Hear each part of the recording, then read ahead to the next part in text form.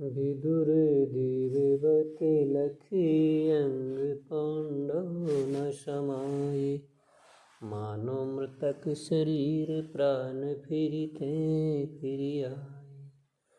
पूछे पांडव चचा हमें क्यों अस बिसराए। कुंती बोली लला भूल तुम इतिकित आए। प्रणय कूपयुत मधुर अति सुनत विदुर बोले बचन। भावी भाग्य अधीन है सुख दुख और बिछुरन मिलन। हरि शरणम हरि शरणम हरि शरणम श्री प्रभु शरणम। सद्गुण संपन्न विदुर जी को देखकर पांडव ऐसे प्रसन्न हुए मानो कोई मरा हुआ प्राणी पुनः जीवित हो उठा हो। पांडव ने पूछा, चाचा जी आप हम लोगों को इस प्रकार भूल क्यों गए थे। कुंती ने कहा, प्यारे विदुर जी आप इधर भूल के कहाँ आ गए। प्रेम और क्रोध सनी हुई मीठी बातें सुनकर विदुर जी ने कहा, भाभी सुख दुख मिलन और वियोग ऐसा भाग्य से ही होता है। महाभारत युद्ध के बाद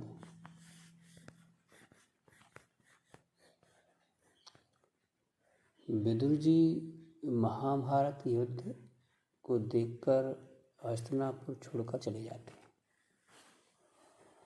ये महाभारत होने वाला है, इसके पहले ही विदुर जी हस्तिनापुर छोड़कर चले जाते हैं। और जब पूरा महाभारत हो जाता है और महाराज युधिष्ठिर सम्राट बनते हैं,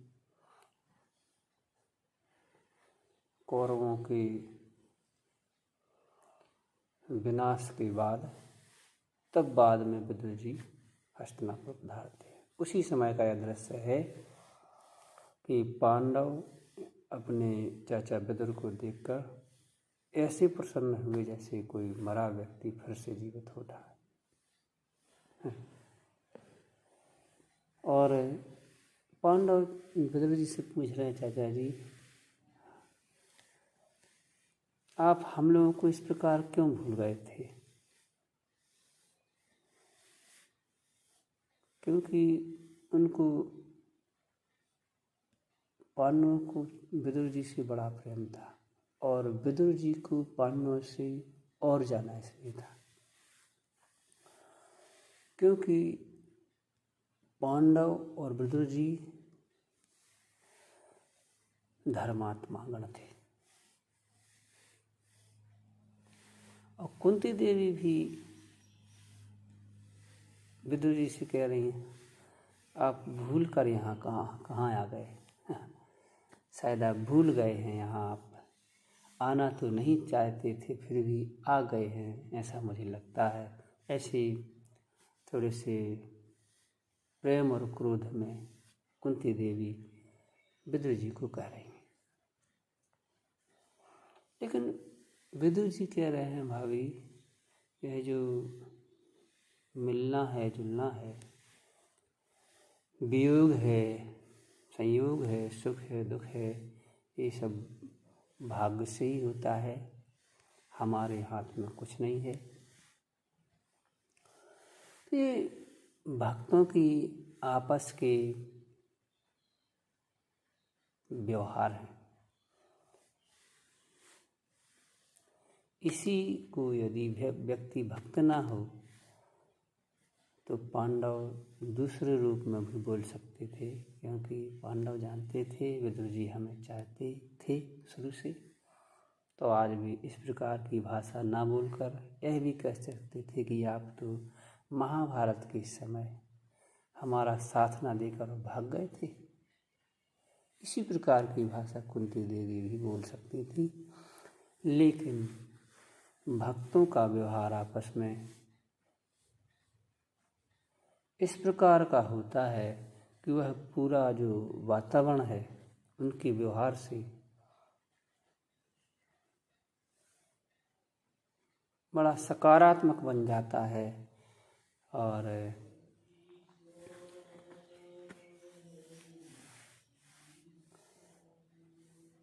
उन व्यवहार से, उनके व्यवहार से, आपस के व्यवहार से, भक्तों के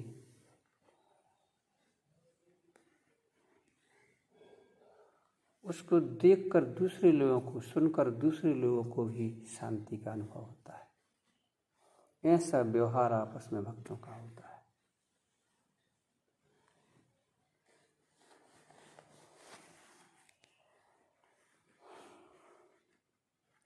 तो ऐसे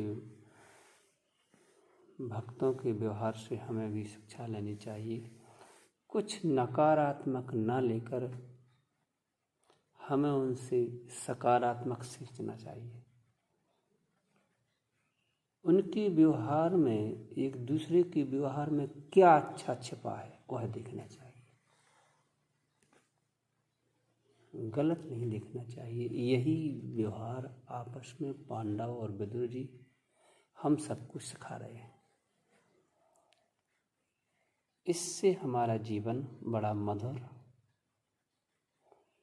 शांति युक्त बनता है। हरे कृष्ण।